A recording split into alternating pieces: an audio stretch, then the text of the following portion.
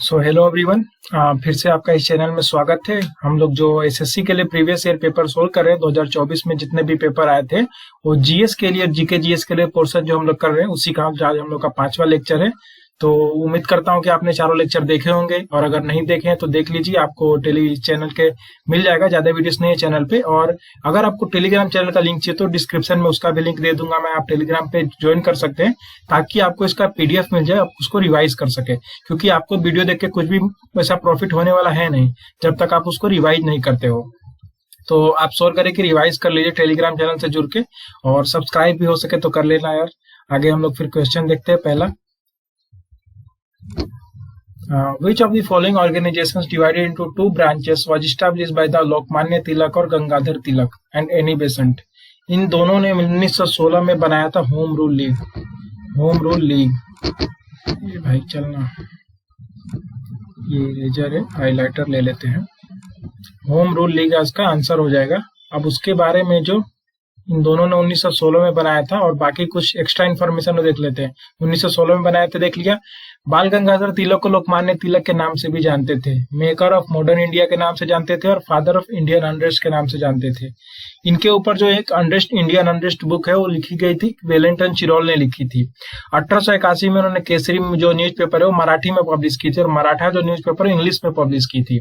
1885 में Fergusson college का स्थापना किए थे और 1791 में जोनाथन डंकर ने संस्कृत कॉलेज ऑफ बनारस का स्थापना किया था, स्टैब्लिश की थी। 1893 में गणपति फेस्टिवल स्टार्ट किया था। 1895 में शिवाजी फेस्टिवल स्टार्ट किया था और इनका जो स्लोगन था वो Swaraj is my birth right and I shall have it. Annie Besant ने जो इंडियन नेशनल कांग्रेस है उसकी प्रिसाइडिंग की थी 1917 में।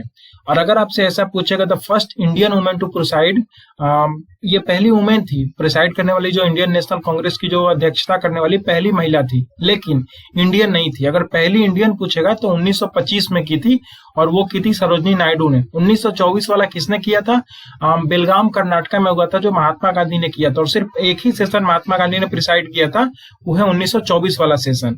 इतना ध्यान रखेंगे आप। आगे हम लोग बढ़ते हैं नेक्स्ट क्वेश्चन में। Which of the following years did not host the ICC cricket world cup tournament? Bharat ने कौन से साल क्रिकेट टूर्नामेंट होस्ट नहीं किया है?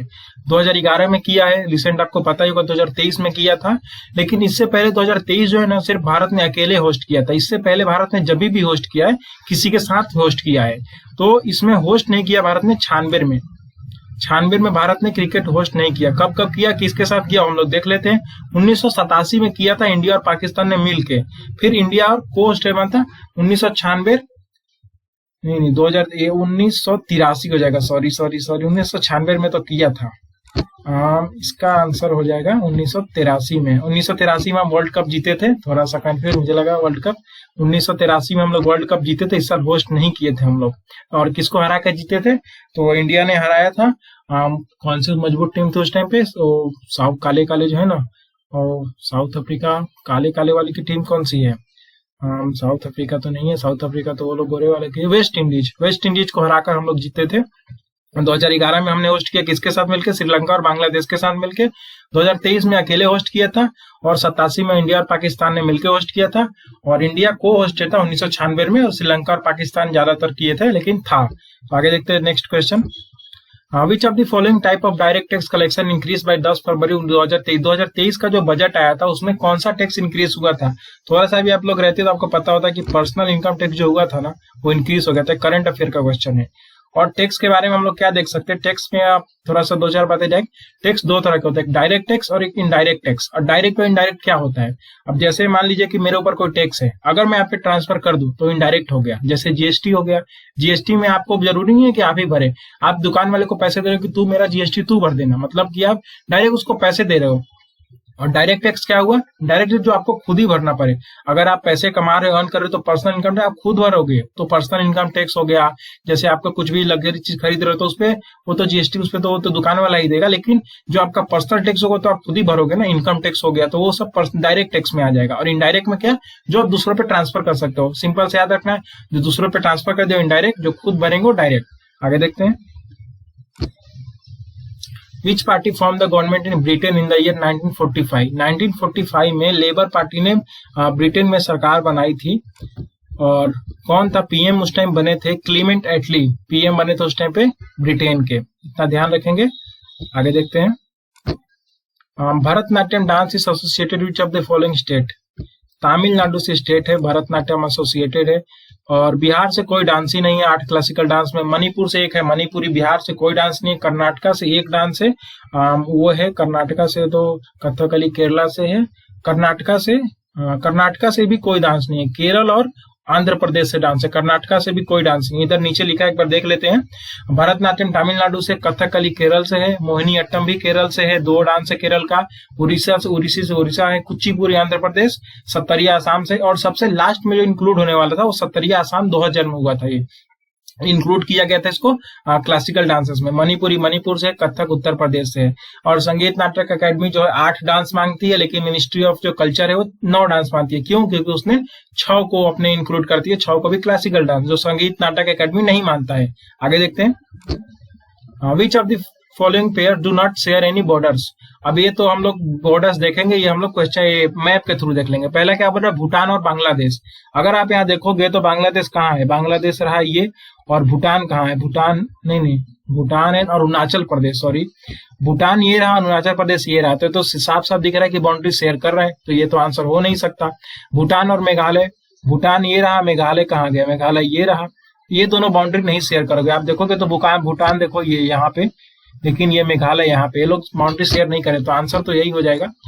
ऐसे क्वेश्चन और भी आ सकते हैं, तो आप क्या कर सकते हो, आप थोड़ा सा इस मैप को अपने दिमाग में स्टोर कर लो। पाकिस्तान यहाँ है, नेपाल यहाँ है, भूटान वहां है, बांग्लादेश नीचे है, वेस्ट बंगाल उधर तक फैला हुआ है। थोड़ा आप ध्यान में अपना आंख बंद करके आप थोड़ा सा मैप को देखने की कोशिश करो, मतलब देख लो पहले, फिर आंख बंद करके उसको रिवाइज करो कि भूटान वहां है, अरुणाचल प्रदेश उस साइड हो गया, तो कौन किससे लिंक नहीं है। जैसे नेपाल है तो काटो, इसका लिंक उत्तर प्रदेश से है, बिहार से, यूके से, सब आप थोड़ा आंख बंद करके देख लोगे, आपको याद हो जाएगा। भूटान और वेस्ट बंगाल तो बिल्कुल मिले होंगे क्योंकि साथ साथ दिख रहे हैं। भूटान आसाम हो गया, भूटान वो रहा, आसाम उसके बगल में ही है, तो मिले ही होंगे। आगे देखते हैं हम लोग। Which on which of the following days the India celebrate constitution day? India अपना कॉन्स्टिट्यूशन डे आज ही, जिस दिन मैं वीडियो बना रहा हूँ, 26 नवंबर को ही सेलिब्रेट करता है। चलो, तो आज का ही क्वेश्चन आ गया 26 नवंबर को। और क्या देख सकते हैं हम इसके रिगार्डिंग? 25 जून को अगर आपको पता हो तो भारत सरकार ने संविधान हत्या दिवस घोषित किया। क्यों किया इसको? क्योंकि देश में नेशनल इमरजेंसी लागू हुई थी। और किसके काल में लागू हुई थी? इंदिरा गांधी जब उस टाइम प्रेसिडेंट थी, तो उन्होंने देश में नेशनल इमरजेंसी लगाई थी। किस नाम पे? इंटरनल डिस्टर्बेंस करके। और क्या, तो अब हम लोग इमरजेंसी के बारे में भी देख लेते हैं। 3 बार लगी आज तक हमारे देश में, सिर्फ 3 बार लगी नेशनल इमरजेंसी। 1962 में लगी चाइना के साथ जब वॉर हुआ था, 1971 में पाकिस्तान के साथ जब वॉर हुआ, और 1975 में जब इंटरनल डिस्टर्बेंस के नाम पे लगाया गया था। तो इसके आर्टिकल भी देख लेते हैं साथ साथ। आर्टिकल 352 क्या है? National emergency. और कैसे कैसे लगाया जा सकता है? Grounds of war, external aggression और आर्म रिबेलियन। अब आपके मन में अगर ये डाउट नहीं आया कि इंटरनल डिस्टर्बेंस यहाँ क्यों नहीं है, तो अब ये भी जाहिर सी बात है, यहाँ इसलिए नहीं इंटरनल जो डिस्टर्बेंस हो इसलिए नहीं है क्योंकि उसको 44वां जो संविधान हुआ, संविधान संशोधन हुआ था 1978 में, उसे उसको बदल दिया गया, रिप्लेस कर दिया गया आर्म रिबेलियन के। तो यहाँ पे आर्म रिबेलियन है और इंटरनल डिस्टर्बेंस नहीं है। 368 जो होता है वो पार्लियामेंट को अमेंड करने की शक्ति देता है कि तू किसी भी कॉन्स्टिट्यूशन को अमेंडमेंट कर सकते हो, और 2/3 majority of the parliament. Article 356 president rule लागू करता है, और आर्टिकल 307 फाइनेंशियल इमरजेंसी लागू करता है। फाइनेंशियल इमरजेंसी भारत में कब कब लगी है? तो कभी नहीं लगी है फाइनेंशियल इमरजेंसी भारत में। आगे देखते हैं। The organisation that control and auditor general heads is known as, जो कंट्रोलर और ऑडिटर जनरल है, ये इंडियन ऑडिट एंड अकाउंट को देखभाल करता है। इसके रिगार्डिंग और क्या क्या चीजें देख लेते हैं। 148 से 151 भाग नंबर 5 में है ये।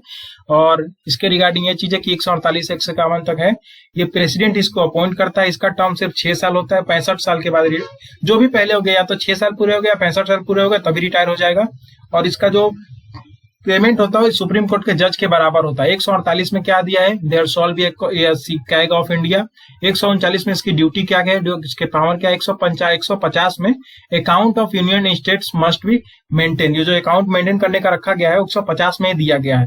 और मतलब जो प्रिसाइड करेगा वो तो प्रेसिडेंट ही करेगा, लेकिन advice of CAG, computer advice लिखा है यहाँ पे।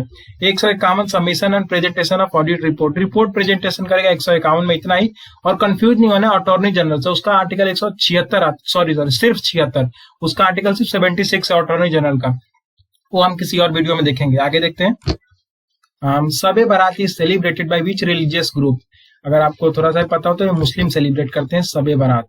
और मुस्लिम के रिगार्डिंग क्या नहीं, मतलब रिलीजन के रिगार्डिंग हम क्या देख सकते हैं कि भारत में जो 2011 का सेंसस हुआ था वो उसमें कितने परसेंट क्या थे, तो हिंदू थे उसमें अप्रोक्सीमेट 80% करके याद कर लीजिए, मुस्लिम 14%, क्रिश्चियन 2.3%, सिख 1.7% और बुद्धिस्ट 0.7% है। ये परसेंट में है, करोड़ लिख दिया मैंने। थोड़ा सा और अगर आंकड़ा पूछ ले तो 96 करोड़ हिंदू हो जाएंगे लगभग। मुस्लिम जो है मुस्लिम हो जाएंगे आपके 20 करोड़ के आसपास, 17 करोड़, 17 करोड़ के आसपास मुस्लिम हो जाएंगे। तो बाकी दो ही याद रखिए आपको, बाकी सब तो एलिमिनेशन से हो जाएगा, आपको इतना तो है ही। हुआ अमंग द फॉलोइंग, और अगर पूछेगा कि भारत की पॉपुलेशन कितनी थी तो 1.21 बिलियन थी। जो 2011 में सेंसस हुआ था उसमें 1.21 बिलियन थी। मूव अमंग द फॉलोइंग और the Navratna of Akbar. Akbar के नवरत्न कौन थे? तानसेन थे। अगर ये शायद क्वेश्चन रिपीट हुआ है, लेकिन अगर ये रिपीट भी हुआ है तो मैंने रिपीट नहीं किया, ये एसएससी ने रिपीट किया है अपने में, ठीक है। तानसेन इनके, और इसमें और क्या क्या देख लेते हैं हम लोग। जो स्वामी हरिदास लिखा है ये तानसेन के गुरु का नाम है। अमीर खुसरो कौन है? औरंगजेब की जो दरबार में थे ये। और पुरंदर दास कौन है? ये किंग नहीं, इनको बोलते हैं क्वीन ऑफ कार्नेटिक म्यूजिक तो बोलते हैं। पुरंदर दास तो हो गए, ये मैं रिकॉल नहीं करवा रहा हूँ। पुरंदर दास और साउथ इंडिया के जो संगीत होते हैं उसमें सुब्रता, थोड़ा बाद में देख लेंगे, मेरे को रिकॉल आएगा तो बाद में बता दूंगा। नेक्स्ट देखते हैं। Who has written the book Fearless Governance publish by the January 2021 describing her stint as a governor. 2000 Fearless Governance है तो किरण बेदी ने लिखा था। 2000 फियरलेस गवर्नेंस 2021 की बुक है, ये किरण बेदी ने लिखा था। द्रौपदी मुर्मू के रिगार्डिंग हम देख लेते हैं कि ये उड़ीसा से बिलोंग करती है, 15 प्रेसिडेंट है अपनी देश की। आगे देखते हैं। वल्लभी, अ city of ancient India with the capital of Maitraka. Maitraka dynasty की कैपिटल थी वल्लभी, और 5th to 8th सेंचुरी में इन्होंने राज किया था। और भी रिगार्डिंग और कुछ देख लेते हैं हम। भातरका एस्टेब्लिश द मैट्रिक, ये जो भातरका है ये इन्होंने गुजरात साइड, जो इसकी ये गुजरात साइड में बिलोंग करता है, और भातरका ने ये मैत्रक डायनेस्टी को एस्टेब्लिश किया था। ध्रुव सेना 2 मैत्रक डिफीटेड हर्षवर्धन। हर्षवर्धन को ध्रुव सेना 2 ने हराया था। पुलाकेशिन 2 ने चालुक्य डायनेस्टी को एस्टेब्लिश किया था, और वाटापी इसकी कैपिटल थी। सिम्हा विष्णु ने पल्लव डायनेस्टी को एस्टेब्लिश किया था, और कांचीपुरम इसकी कैपिटल थी, जो तमिलनाडु और आंध्र साइड बिलोंग करती है। Vindhya Shakti was the founder of Vakataka dynasty, Maharashtra और मध्य प्रदेश में। ये वाला क्वेश्चन हम लोग जो पीछे छोड़े थे, ये जो है इसका answer father of Carnatic music बोलते हैं पुरंदर दास को, और क्वीन ऑफ कार्नेटिक म्यूजिक बोलते हैं जिनको 1998 में सुब्रता ऐसा कुछ करके नाम है, इनको फादर ऑफ कार्नेटिक म्यूजिक बोलते हैं, इतना ध्यान रखें पुरंदर दास को, ठीक है। और विनिचियर द पीएम, इसको हमने छोड़ा ना, मैत्रक वंश को हुआ। और विंध्य शक्ति से वाकाटका डायनेस्टी के फाउंडर थे, जो महाराष्ट्र और मध्य प्रदेश के रीजन में थी। आगे देखते हैं। In which year the PM Ayushman Bharat health care infrastructure mission launch. Bharat का पीएम आयुष्मान ये 2021 में लॉन्च किया था भारत सरकार ने। इसके रिगार्डिंग कुछ और देख लेते हैं कि हाँ, शेयर, इसका जो शेयर होता है जैसे गवर्नमेंट और मतलब जो सेंट्रल सरकार है और स्टेट गवर्नमेंट है कितना पैसा देगी, तो इन दोनों का रेशियो 60-40 का है। आर्टिकल 47 क्या कहता है? इंप्रूविंग पब्लिक हेल्थ, उसी के अंडर ये स्कीम लॉन्च की गई थी। जो पब्लिक का आर्टिकल 47 के अंदर में डीपीएसपी है ये। आर्टिकल 48 क्या कहता है? एग्रीकल्चर और एनिमल हस्बेंड्री को सही करने को बोलता है। आर्टिकल 46 प्रमोट एजुकेशन को प्रमोट करने को बोलता है। और article 45 free and compulsory education, तो 6 से 14 साल के बच्चों के लिए फ्री एंड कंपल्सरी एजुकेशन बोलता है, ठीक है। हम आगे देखते हैं। वीडियो तो मतलब इतना ही क्वेश्चन थे आज। अगर आपको वीडियो पसंद आई हो तो लाइक सब्सक्राइब करें। अगली वीडियो में फिर मिलते हैं, तब तक के लिए धन्यवाद।